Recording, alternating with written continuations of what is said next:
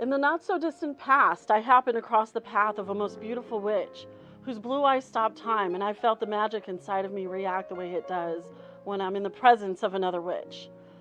That moment, meeting Zachariah, had me curious about this mysterious, yet so loud of a witch. And what happened when I finally reached out my finger to summon Zachariah? I found a solid friendship birthed from my own chaos. I found an ally for my blackness. I found a confidant. I found a solid friendship that is standing strong against so much earthly and cosmic forces that are seeking to doom us. In our fear, in the darkness, the flame of creativity and fight, of course flair, is burning strong. There's my love letter to you, Zachariah. It's October, and no October is complete without ritual, celebration, and bearing the fruits of our labor. But it's 2020, and there's so much work to still be done. The host of his own IGTV show Around the Cauldron is like a weekly Sabbath for the witches and the unawakened alike. But enough of me. Now let's gaze into the gorgeous face of Zachariah the Witch. All you wanted to know shall be revealed right here.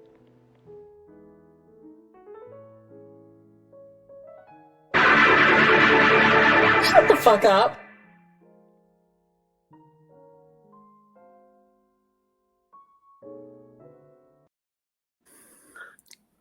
Did you like that?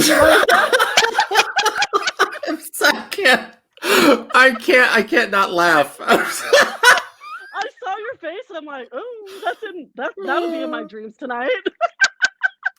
That was very it was the close up of my scary ass face, like but I mean, the love letter was so appreciated. I love you, yeah, even though your face is gonna haunt my dreams tonight. Well, at least it's beautiful. Right? At least it's beautiful. Can you be ugly if you tried? Yes, yes. I don't believe it. Now, it's what I didn't acting, mention in that Michelle. spiel. Oh yeah, that's true. I forget you're an actress. What I didn't mention in that spiel though was that you're a witch that reads people. You do tarot. You're a performer, obviously, Miss Actress. You're a writer and a damn bitch. You can sing. Woo! Sorry if no one knew about that. Just so you know, Z can sing.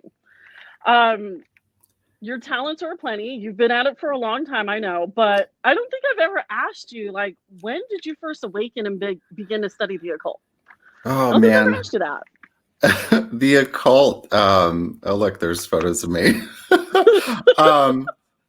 I started studying the occult after I was given my first tarot deck. I was 15 years old. I was in high school, and it was a Lord of the Rings mix of like J.R.R. Tolkien imagery. And so it was like a card game mixed with the tarot card deck. And I started just reading people at lunchtime, at lunch tables in the common area. And nobody questioned it. And from there, people approached me, and of course they were like nerdy, meek, goth girls that were like, "Oh my God, you read tarot?" And I was like, "Yeah, I just started. I have no idea what I'm doing." But I realized very quickly I did know what I was doing, and I quite naturally picked it up, and it explained so many things that scared the shit out of me from a young age. So I, for me personally, like my decision to answer your question, my decision to discover and explore the occult was at that age. But my exposure to it started very, very early in my life because of where I come. Yeah, I had a near-death experience when I was a kid. And the second I came back from the hospital, it was like every dream I had was either some crazy type of, I guess what you would call prophetic, or some type of visitation. And I would ask my mom strange questions like, why are we here? And it wasn't, why are we in this house? Why are we here? It was, what am I doing in this lifetime? We're not supposed to be here, you know? And I was always like mouthing off to adults and saying very adult things, which I didn't realize until I got older, you know, some of the things that people would tell me that I had said. And I was like, I said that? So it was very strange. Very strange. It's very interesting. And I can tell now because I'm laughing in my head because you said I was 15 Lord of the Rings, I'm going, oh, I was like 23 when that came out. So it's just funny sometimes when I talk to you, I don't look at age or anything. I just know that you're Hmm. very wise and you're someone I look up to, Thank even you. though you're younger than I am, but you have this spirit. And I think you have a lot of spirits within you that are always knocking, on your head like, hey, Z, I how's it going? I mean, I'll take that, girl. That's a great compliment. Thank you. Right, right. No, I'm just always astounded by you. Astounded by you. Now before I get into the moment where I truly saw you unleash your magic, I want to talk about your childhood briefly. Hmm. Growing up as queer in a conservative family, we hear the story all the time, and every story is unique. And there's always that fear. I remember catching myself asking, why is it so hard for kids to come out of the closet? It's like fucking 2018, but it's still very hard. Hmm. Now, would you mind telling us your story, what it was like as a kid? Well, coming out has been, I feel like I've come out a lot, A like lot. more than once, more in many ways. But I was really forced out of the closet, especially with gender and sexuality and identity. My mom was being nosy, and it's during the time of when you have a house phone, and she picked up the other house phone, and I was on the phone with who I thought was my first boyfriend, this kid Josh, and he was a grade older than me, and I'm like 14 years old and very confused, very repressed, very like I'm on the football team, I'm not gay, and if I am, I'm bisexual. And um I just had a really everything was a secret. Everything was a secret. Didn't matter what it was. So it just really hurt to, for one, feel like my privacy had been invaded. Because I didn't say anything that was incriminating or was like, oh, I'm gonna suck your dick. It was just like a flirtatious, innocent, young conversation between two boys that were uncertain of their sexuality. And she was on the other end, and I get off the phone, and it's like she storms in my room, and it became this whole thing. And then when I say it became a whole thing, and I again have no shame sharing this, my mom then tried to put me in counseling that was for gay to straight counseling and forced me into it. They wanted me to sign a contract that stated that if I was going to remain in the church, that I would no longer act on my homosexual urges, which at the time I had never acted on them physically either. So it really made me feel like I had already done 10 things wrong when all I did was want to talk to people who were like me. And that fucking sucked. Yeah. So I go from that to, like I told you at a young age, I was always saying really off color things to adults and saying things that just weren't from somebody my age. And so when this kind of stuff started to happen, something within me started to fight back. And I mean, I unleashed holy hell on my mom, especially. I was not a good kid. I was constantly rebelling. Nobody fucked with me. I was like the punk rock faggot of my school, like the glam rock faggot of my school. And I say faggot loosely because that's what people called me my entire life. Right. Once I walked through the doors of that high school. And I was just like, I'm going to own it. Yeah, I'm a fucking faggot. I'm a queer. I'm weird. Fuck you. And I ended up becoming friends with a lot of people. And then when the occult opened up in my life, that was another coming out moment. But I always very loosely based my life on you are who you say you are what you think. And I guess coming out was just like however I felt during that year or that decade of my life. And I did go through a bisexual stint for years. It wasn't just like an experiment. It was like I had girlfriends and I had boyfriends and I had both. And I was in a triad kind of thing one time. And I've tried polyamory. I've tried like all of it. And because I think there's so much self-discovery that we should have the room to go through. And unfortunately, it sucks when you're raised by someone who in her own right was an addict and an alcoholic. And just because she found Jesus, she thought she was better than me. So I was just like, that's not acceptable behavior for an adult. Like this is not cool. And who's the child? Exactly. So that's my answer to your question. No, and I love this story, but do you ever think in this day and age, everything that we're fighting for, everything that we're doing, do you think it's easier for kids these days? Do you think they have it made? I talk a lot about, oh, these kids can make movies on their fucking phones. They have the power in their hands to do whatever they want to do. It shouldn't be that hard to be who you are in 2020. I mean, obviously it is, but do you think they have it easier these days? I think they have it more. It's Maybe more resources. there's more resources, but the thing that I've constantly run into as a queer person or as a gay person or as anybody that's in that rainbow is that every generation has some type of system that they're brought up in that also dictates their level of experience and understanding of their sexuality and identity.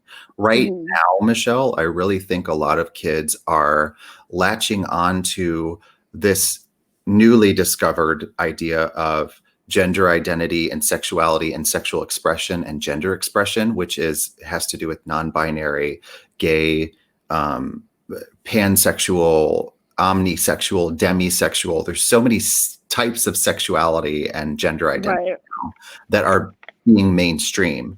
And because of social media and because of the interactions that a lot of these kids that are under the age of 16 have with each other, I almost think it's oversaturated to where they're struggling to find their thing and who they are. And they are just following whatever works for the time being. But it's, it's easier in many ways, but at the same time, you still got to live under your parents' roof or whatever roof you're under. We still have kids that are in the foster care system and the adoption system. We still have children that are living in repressed places and destitute conditions. America does not take care of its own. And I mean, some of the most marginalized people, especially children, are trans children and women. And then if you add another tier to that, it's people within the Black or African American communities who are being raped, beaten, trafficked, and fearing for their lives every day. So it's not that it's easier. It's just that it's talked about more in a way where you don't run into as many people in most of America, where if you say that someone is gay, they're gonna be like, oh, that's disgusting. You don't see it as much. Those people tend to hide a little bit more, but there's a lot of groups still that will target you. And yeah, no shit. And it just seems like we're going backwards. I know we all fuck up and think we're not capable of change. Some of us. It's a lesson I learned later in life. And you even said it best. You said a lot of people put themselves in boxes. One statement, you've heard me say this before, but we're, doing an interview, but there was a very profound moment. It's something that you said to me after I told you what a family member had said to me. I'm going to try not to cry because this is one of those moments where you've moved me and broke me down to my knees and made me bawl because, I don't know, you're just so powerful. One statement a family members had said long ago, and I believe this is 2008 when Obama was elected. He told me, you can't compare the struggle of Black people to the plight of, LGBTQ plus people. And that's what it was back in 2008. We didn't have I didn't know, I wasn't aware of all the other names or, labels. Now, Black people have always had it worse. We're aware of that and we're trying, but I don't think that it means, or anyways, I'm trying to go back to what he said. Black people have had it worse, and therefore Black folks don't need to fight for LGBTQ and trans rights because Black people are still fighting for their own rights. Then days just after you read me, you did my reading, and I already felt how powerful you were, and you brought me to my knees even then with emotions that I just cannot put into words, even all these months later. You were at Pan Pacific Park the Saturday after George had died. You were loud, gay as fuck, screaming about how you will never know what it's like to be Black, but you're going to use your white queer privilege. And you've been out there protesting and yelling at cops and city council members for Black lives. And, people like this particular family member have yet to comment about what you're out there doing. And I've told them about you. Honestly, I don't think I want to comment, but what compels you to do this out there, knowing that there's so many people out there still discriminating against even you? you know? Yeah. That's a It's loaded, rough. that's a It's heavy just question. it is, and that's why I bring it up, because it was just when I saw you out there and I'm watching you, I was on your live, and it was just before the rubber bullets started flying, and I have never. I think what it did to me was because you were the first white person, you and another particular guy, the first white person in my life who has thrown everything down during a pandemic. Even, I mean, we've not had a pandemic in our lifetime, but you Mhm. went out there and risked your own life, your own safety, for people who aren't anything like you, but you feel their pain. Yeah. So I've never seen that before. So it was very, very moving. It was very empowering. As I was sitting here going, what do I do? There you were. Mhm. And I've told you again and time again, I've written it in my blog and I've told people, Zachariah and this other particular person, I can't get over it. It was just so moving, and you're still at it. We just talked about how the other day you were being pushed out of silence, at another city council meeting. Mhm. So how does that make you feel, though? Let's say my particular family member has yet to comment on the fact that my white, queer, privileged friend is out there screaming loud for people like him. The reason why people who look like me and have the privileges that I have should be doing things that I'm doing or more, because I could always do more. There's always more to be done. Um, it isn't for accolades. It isn't for Mm, approval. It isn't for their feedback and they're like, good job, white person. It's to basically remind everybody that it is our responsibility to behave as human beings and realize mm, that we all come from the same place, that we all bleed red blood, that we are living in a system that continues to oppress and marginalize people who don't look like me. And, it's like I look at a lot of activists and anti-racist activists like Angela Davis or I mean, some of the things that you hear about, like what Malcolm X had to go through, and mm. the things that fucking like some of the actors in Hollywood. I think the one thing I think of is Halle Berry. Okay, here's an Yeah. example. She happens to be a lighter skinned, lighter complected Black woman, but it's obvious that she's a Black woman to everybody in Hollywood. And so when she had her moment and she won her Oscar, and everybody's like, oh my God, this is the first. It's like, why?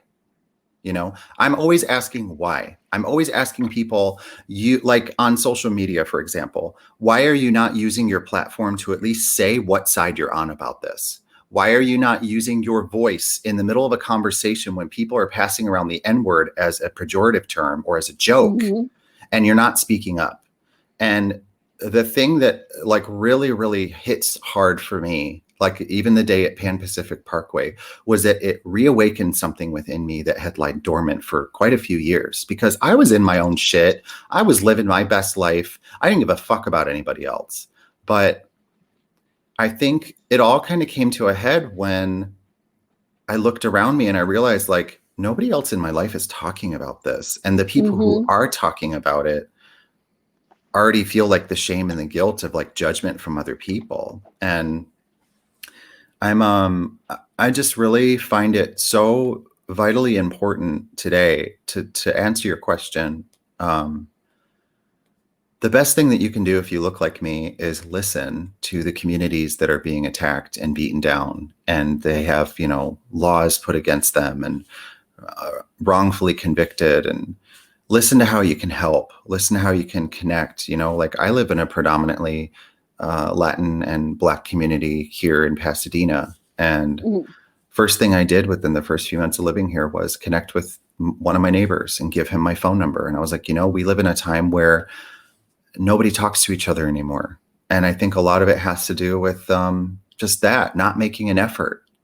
Right. And it's, you see all these like spiritual bypassing types of people talking about community and your tribe. And I'm like, I I don't want to go to your fucking crystal Reiki class if you're not even acknowledging your responsibility as a spiritual healer to help people who are hurting and to help people who are in pain. And I don't know. It goes from witches to healers to Christians. I mean, the thing that really stuck with me was what I learned when I grew up in the church, and I started going to church first. And I adopt some of those teachings even in my life now, because all spiritual teachings have meaning depending on how you interpret it. And the one thing that I learned was that if one lamb is lost, the shepherd will go and find that one lamb no matter what is happening, because it's just as important as the rest of them. And that's what Jesus taught his disciples, was like, if one of you is lost, if one of you is in pain, you need to go and help that person first, because they need you the most. Right. And that's where we are today, Michelle. It's like no one's looking out for each other at all. Exactly. It's every man for himself. Consume, consume, consume. Be the most popular, biggest bitch you can be. You know, I deleted my Facebook 2 days ago. I deleted my Facebook 2 days ago because of shit like that. Congratulations. You know, by the way. I'm like, congratulations. I'm over it. So that's my answer. If they don't ever want to comment on it, then that's on them. But I don't need their approval. I just need them to know that I'm here to put my boot up a cop's ass if I have to. And and that I've seen you do it. So I've seen you do it. Now today, I don't want to say what day it is because I'm not quite sure what day this is going to air, but it's going to be in October.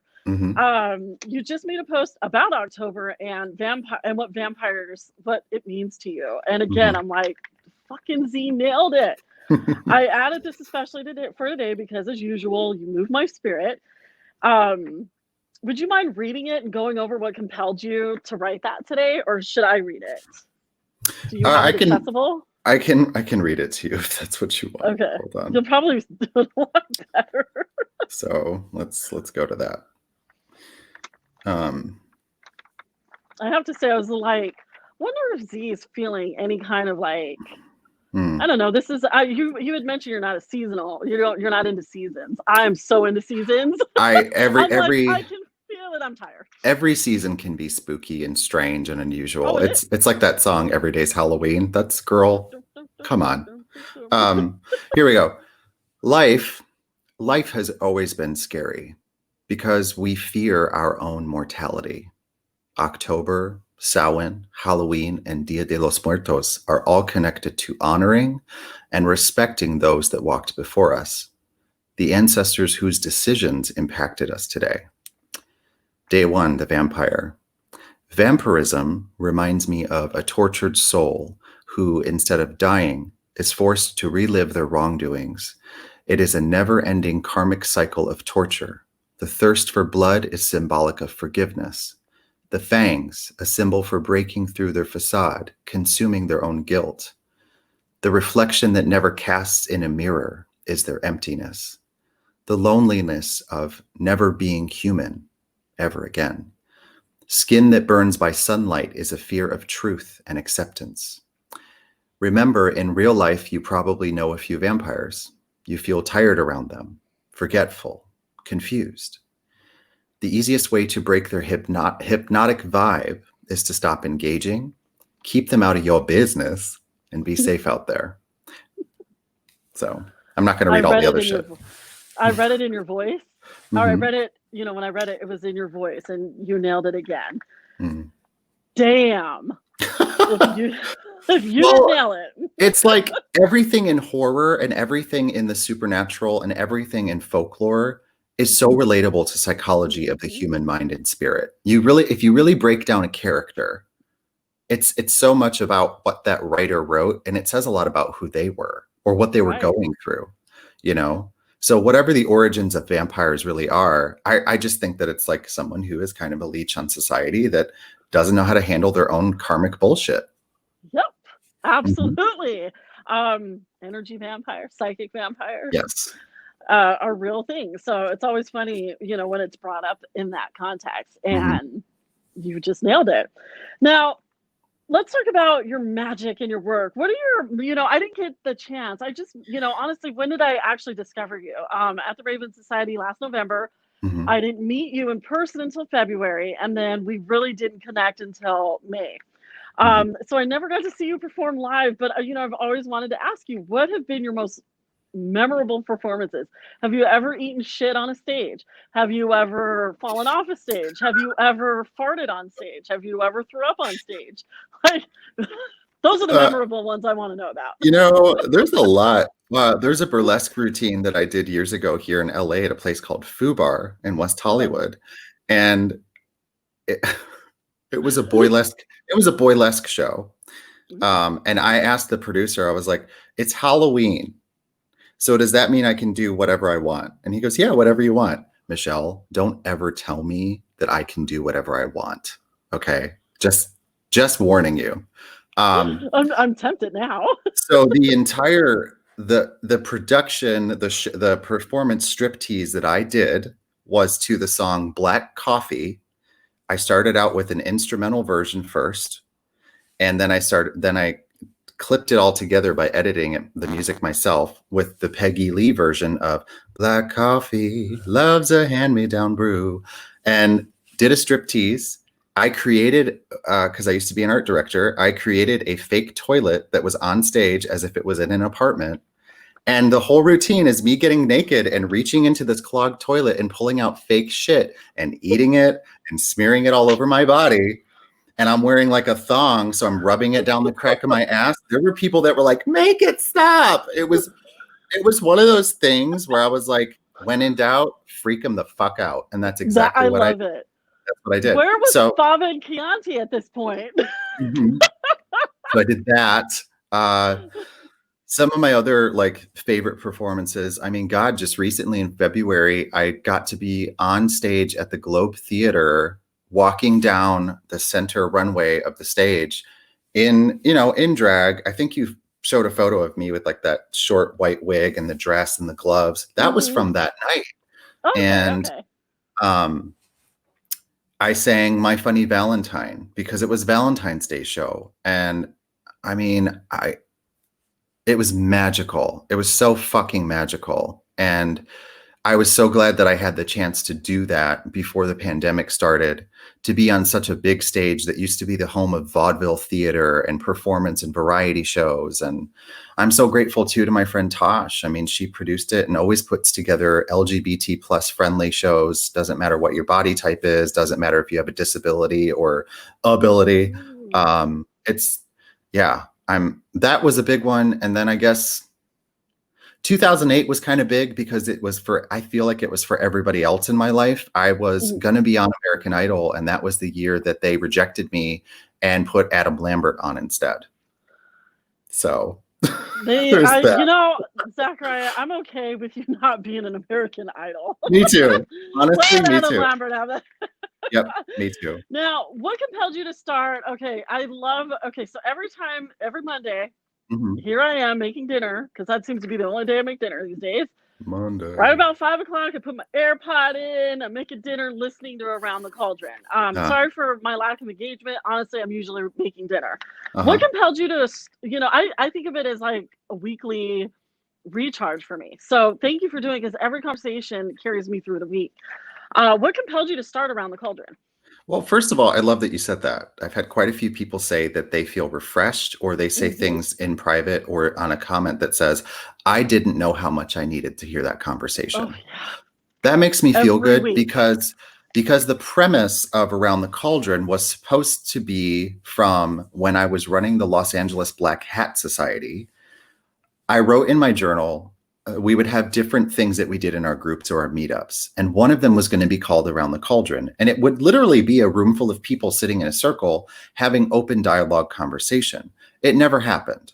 The Black Hat Society kind of fell apart. And now I just kind of run it independently myself, and whatever. I'm still happy that I started it. But from that, it brought the idea of, wait, I can do that now. We're in a pandemic. Everyone's telling me, Zachariah, you need to do a talk show or a podcast. And by everybody, I mean like people like you. Hmm. And more than 10, more than all fingers people in my life. And I was like, wow, you guys, really? You want to hear me talk? So Sounds familiar. crazy. So I started doing it, and it started out really awkward because I didn't know what the fuck I was doing. And my first one was with The Witch's Cove, and we just talked about ghost stories. And it was on her channel, and I had to do like a screen grab recording of it in order to put it on mine. And then my next episode was with the artist Ryan Sterling, who made all these crystals and organite things and spiritual energy tools. And from there, I started to figure out my format. I started to figure out who it was for. And it also, every week, I literally will cut and paste the same 2 paragraphs, which talks about how it's important for us to be advocates and to be activists in the anti-racist movement, but also just for all people, especially if we say that we're witches, and that Around the Cauldron is a safe space and an environment that welcomes people from all backgrounds, all life, because when you think of a cauldron, the point of making a concoction in a cauldron is that all the ingredients are important. And so the people that I talk to are another ingredient in life. They have a different perspective. They have a different way of thinking. They have all these different shared experiences or not shared experiences. And that's kind of like just why I wanted to do it. And now it's become a habit and a routine.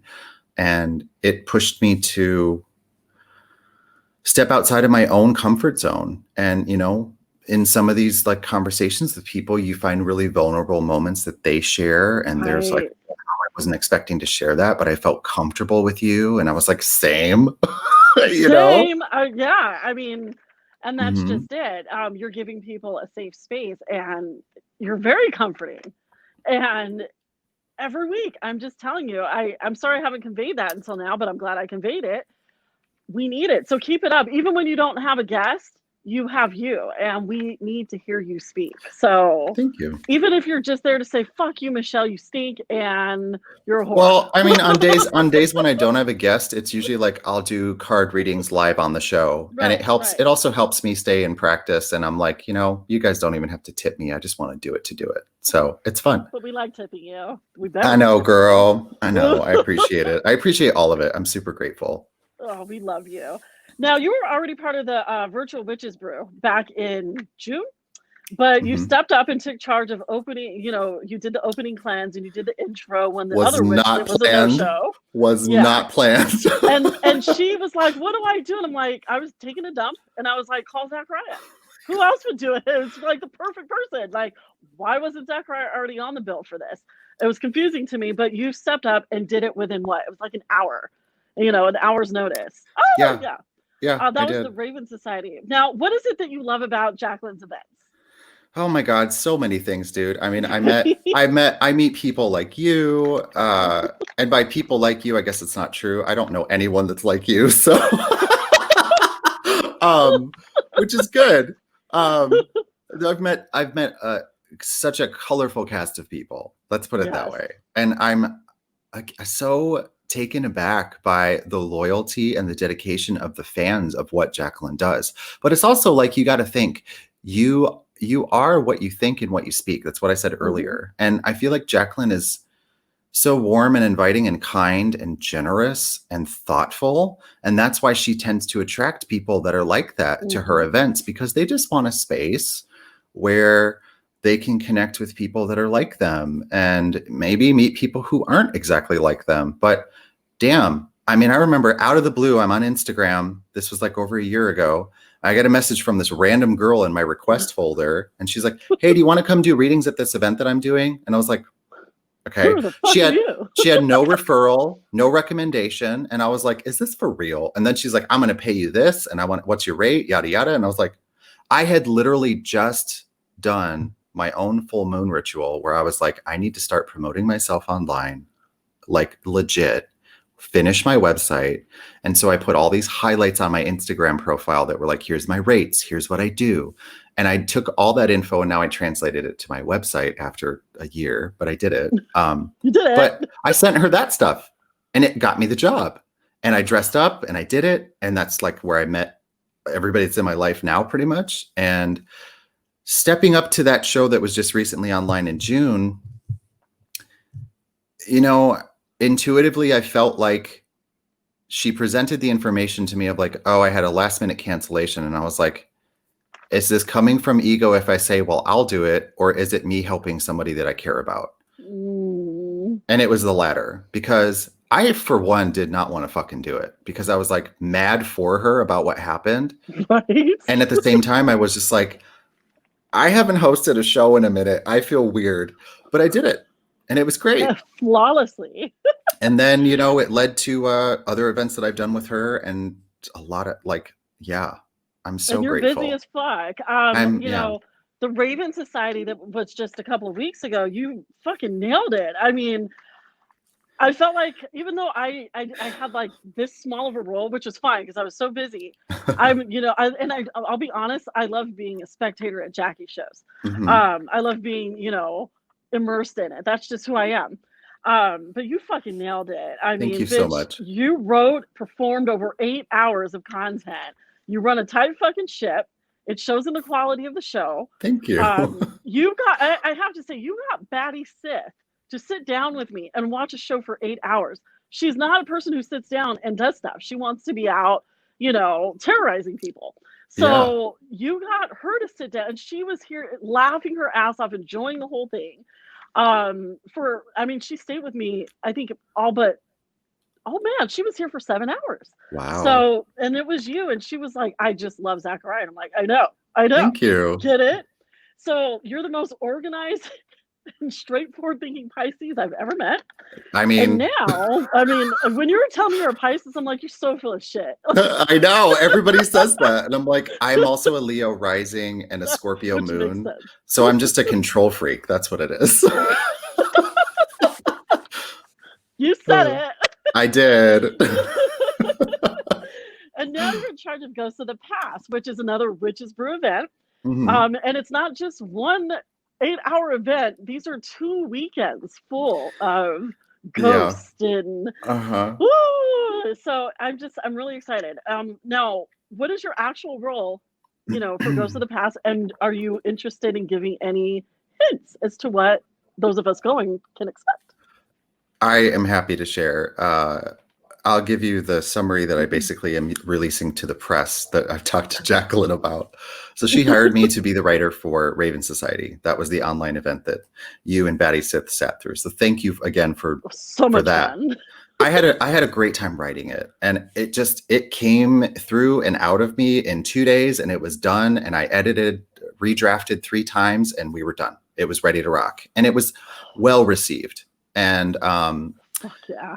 Ghosts of the Past is a anthology series, if you will, of each location is especially written about and catered to based on loosely the history of each spot. So the Cosmopolitan Hotel in San Diego has a long history of being the former abode of Juan de Bandini and his wife, and they used to host Fandango parties there.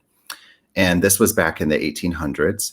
And it changed hands several times over the years and went into disrepair twice. And it was picked up again by a new owner who revitalized it and added a second floor to it, which is why it looks the way that it does now. So what I do with Ghosts of the Past is I take the actual true account history of each location or city that we're in, and I find things that could be elements or ghost stories for each of the settings and backdrop of the stories that I write. And that's really not giving away anything because you don't know the names of the characters. You don't know the plot line. But what we've done is during a time of a pandemic, we have taken a story that is eerily similar to what we're going through right now. And that was my idea. And I'm super proud of what I wrote. And I'm super proud of Jacqueline and I and our teamwork. And we've already sold out Saturday. We have Friday and Sunday left. And I mean, it's just, again, I'm watching the universe dole out so many things to so many people. And I hate joking about it, but I work really well through chaos. Maybe that's the Pisces in me, but I find balance. I do. And it's like, I find myself again when everybody else is like, losing their shit. Here we are going, hey, did you see what I just accomplished? Holy fuck. Did you see what happened? And I really want a lot of people to come. It's a fully immersive, in-person, haunt dining experience. It is not a haunted house. Please don't say that's what it is, because it's not. No. It has haunt elements. It has live actors. Everyone is socially distanced. We follow CDC guidelines. It's, you're hanging out at a spooky old restaurant, basically, but it's outside. Right. So, and then the follow-up to that is I'm writing another show that will translate for the Oxnard Heritage Square location. And without giving too much away, I mean, here's some history of Oxnard. There were riots there. There were factory workers that were murdered there. There are the Channel Islands where many people went missing. The mob has been through that part of town. And it's also like Ventura. So girl, it's white as fuck. And you got to think there's some racial tension there. So there's a lot to these stories. I'm super excited to scare people and make people think about present day, because that's what I want ghosts of the past to me. And I've talked to Jacqueline about this, is remembering what has happened to us before and why are we repeating history. So it's very intellectual. Yeah, it's smart, it's spooky, and it's perfect. Another thing I love is the element of mystery. Like, you don't know what you kind of have an idea of what you're getting into. And this is true for a lot of Jackie's events. You don't know what you're really getting into until you're there. Yep. And I have a hard time when people go, hey, how was, I think it started with the Raven Society, the first one last November. I felt so... Chuck and I felt like we were at an exclusive afternoon tea. Like, we went back in time and it was very chill, stark difference from, the chaos that we were in, just a few weeks before. But it just felt like I couldn't talk well enough about it afterwards, because I was just like, you just got to come and check it out for yourself. That is one of the core elements, especially now that I've been the writer for most of these events. I told Jacqueline, I was like, the hush hush thing is what sells it. It's we have all of our actors and anyone involved sign non-disclosure agreements. It's to protect the original content, because there are a lot of imitators. We know, but ain't nobody gonna write the stories that I'm writing. I mean, you can try, but it's revealed when you attend. And I'm not trying to sound egotistical or cocky. I'm just so fucking proud of what we're doing, and you should be, especially during the time that we're in, because things fucking suck right now, and people want to be scared. People want to do something fun, and it still has a way of respecting and showing people also the reality that we're living in. It's not trying to forget about it. It's still talking about it, but it's not like, here you go, in your face. It's like, it's subtlety is key. And I love that. God, you're so fucking talented. All right. So last question here. It's a loaded one. I hope you're ready. When I was on your show, Around the Cauldron, you had asked me what my favorite witch movies were. And I'm pretty sure I mentioned The Craft. Okay. Because I have a few. I finally figured out that question because I kept thinking about, like, what is my favorite witch movie? I was like, two. So The Craft is one of them. So the other day, I don't think I ever asked you how you felt about the original Craft. So let's talk about The Craft, because we're, the Craft, the original one in '96 was mind blowing for me as a 16-year-old kid who wasn't allowed to be, like Nancy, or even, I wasn't allowed to be like that. But then when I saw the movie, I was like, oh, I'm fucking doing it. I don't give a fuck. I only have like 2 years till I'm 18. I can do what I want.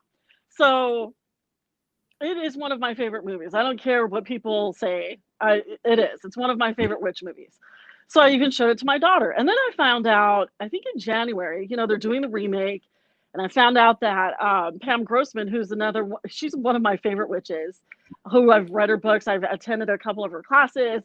Love her. She was a consultant for the film, which I'm going, fucking poser. And then I'm like, bitch, shut up. You like The Craft too. These are the things I say in my head. Yeah. So I find that out. And then I find out, I didn't do enough research into the movie, but then I find out the other day it's a Blumhouse release. I watched the trailer and I'm going, I'm not going to judge it. I'm going to watch it because I have an 11-year-old daughter who is coming into her own. She's trying to figure out her identity. She's totally into the occult. She's totally into just doing better, making herself feel better and use magic. And so we're going to watch it. We're going to analyze it. She loves the original. But I do want to know what other witches think, because my beef with this new release, it's not even a remake, it's a sequel supposedly. Mhm. My beef has nothing to do with the film itself. It has to do with corporate bullshit. But I want to know what my fellow real witches, the awakened ones like you, actually think about the influence this craft is going to make. Mhm. Is it going to open doors? And what you think about the original. I think it's definitely a reimagining of what the original movie was. You know, they say it's a follow-up or it's a sequel, and I could kind of see in the trailer that is true.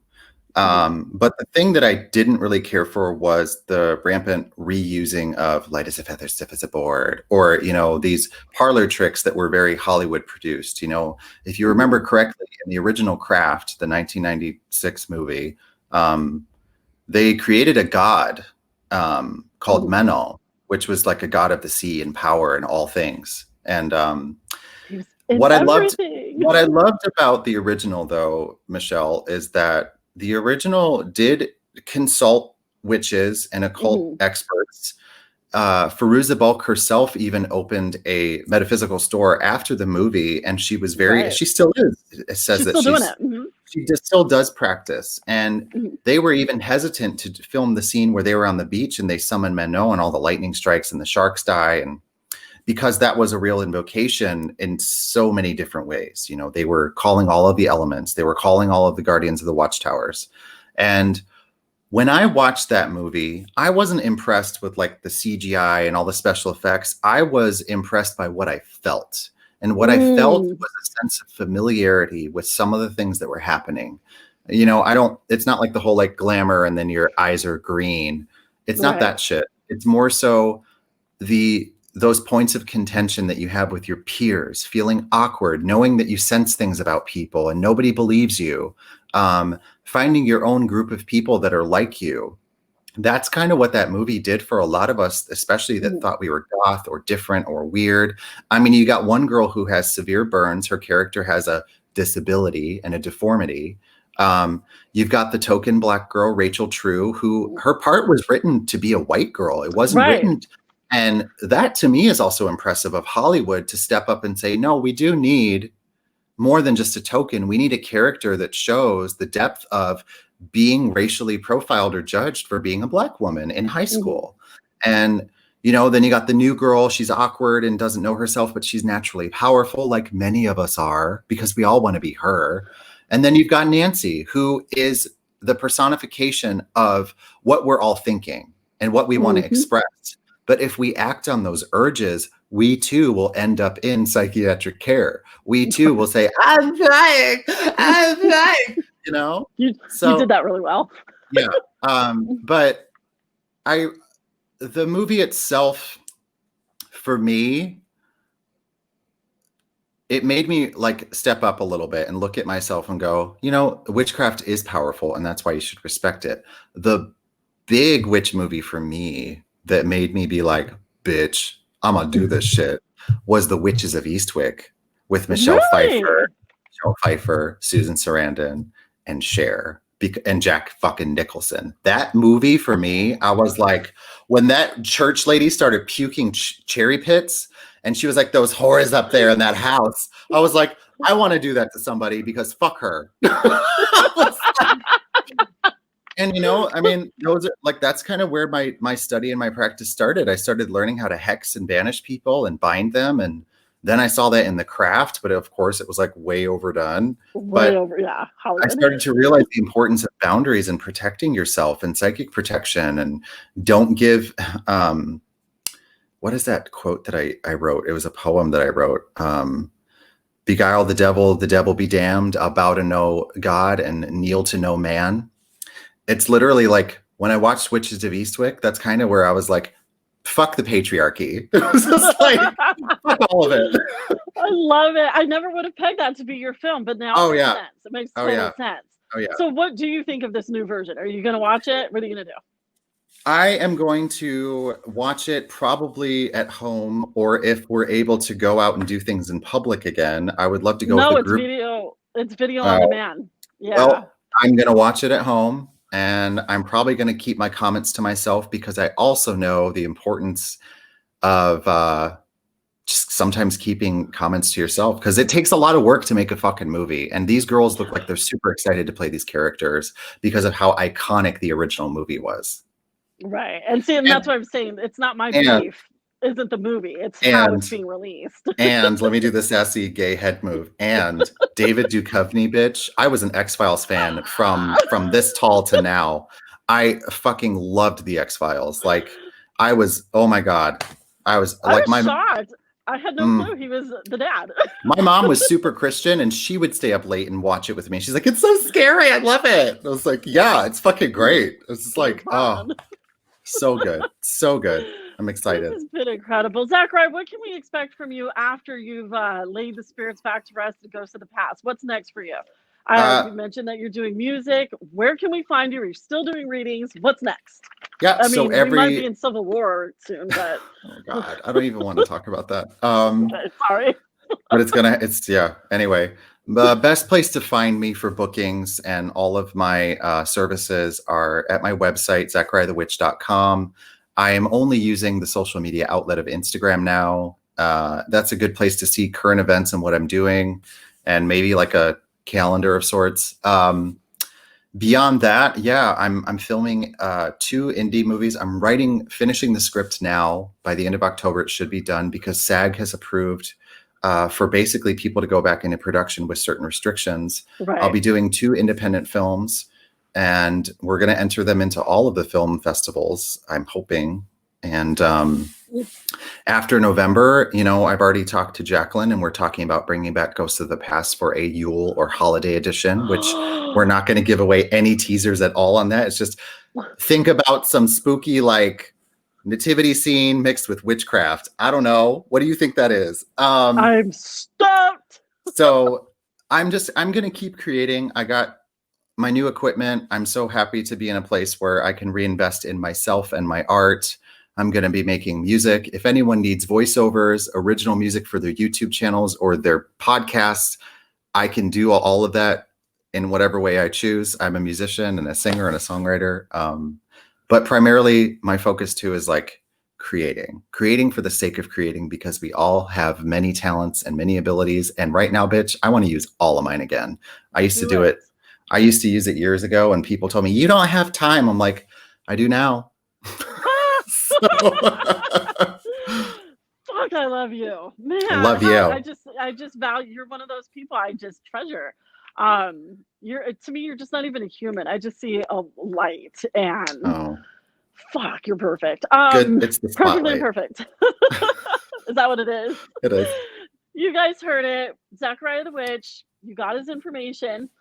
Thank you for coming on, sweetheart. I adore you. We all know that. I talk about you all the time, and we'll see you next time. Thank you so much. Bye. Shut the fuck up.